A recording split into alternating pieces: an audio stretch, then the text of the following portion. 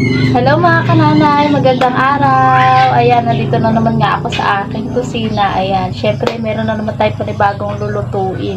At meron na naman kayo matututunan sa aking bago at kakaibang luto. Ayan mga kananay, at dahil nakikita nyo na nga sa aking harapan ng ating lulutuin, ayan, ang palaya, nalinis ko na yung buto niya dyan kanina. Kaya maghihiwa na lang. At syempre, igigisa natin yan sa itlog. At syempre, meron tayong panibagong twist. Alam niyo naman, sa ngalan ng pagtipid, ayan, dadagdagan na lang natin yan ng konting twist para naman maging bago sa ating paningin at ganahan tayong kumain. Ayan.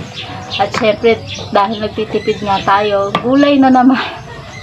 Pero ayan, alam niyo naman na mahilig akong lagyan ng panibagong ingredients ang ating mga usualing ulam. Ayan, dadagdagan nga natin yan ng twist. At eto nga, tara! Ayan mga kananay, ayan ang ating idadagdag sa ating igigisang ampalaya ngayon. Kaya maghihiwa na muna ako. Ayan, hiwa-hiwa lang tayo habang tahimik si Kambal.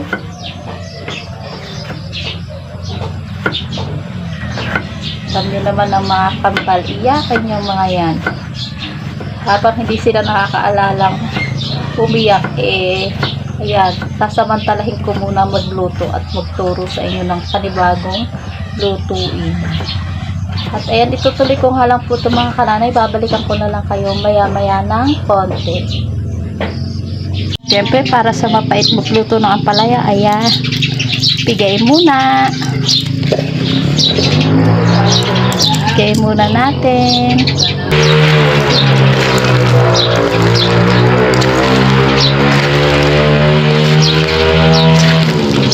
Ready na. Nahugasan na tong ating ampalaya. Gisa-gisa portion. Ayan, salang na natin ang kawali. Dahil maliyab ng ating apoy, salang na natin ang kawali.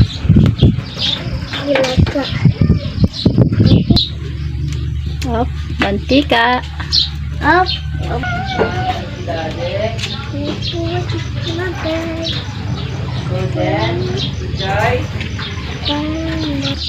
Ayan, mainit ng mantika. Lagay na natin ang bawang. Sagisahin lang. Ayan, ang magpapabago ng ginisang ampalaya natin.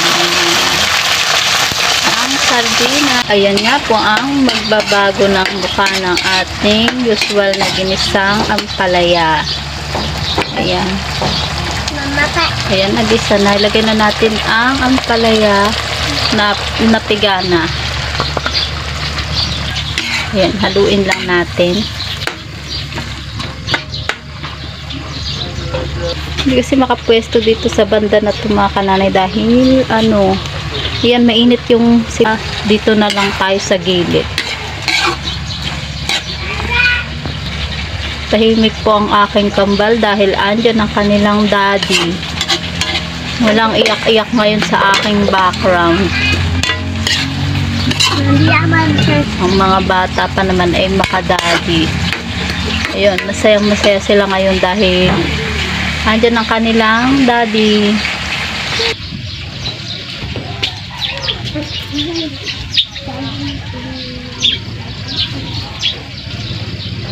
Takpan lang natin. Ayan. Ayan.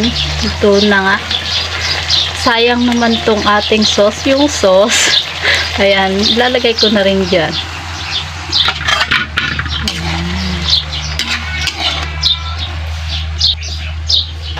Ayan, lagyan na natin ng asin. Magic sarap.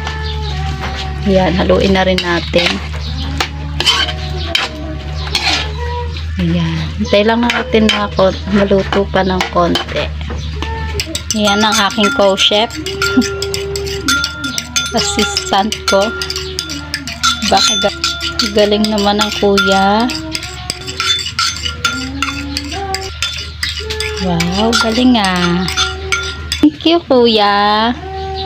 Ayan, lagay na rin natin ng egg na binatin kuya. Natin niya maluto na. mabuti. Yan. Yan, unti-unti nang naluluto yung egg. Ayan mga kananay, luto na nga ang ating lutong ginisang ampalaya na may master. Ayan. At ayan, charan, luto na. Ready na nga. Napakasarap ng ating niluto ngayon mga kananay. O, di ba?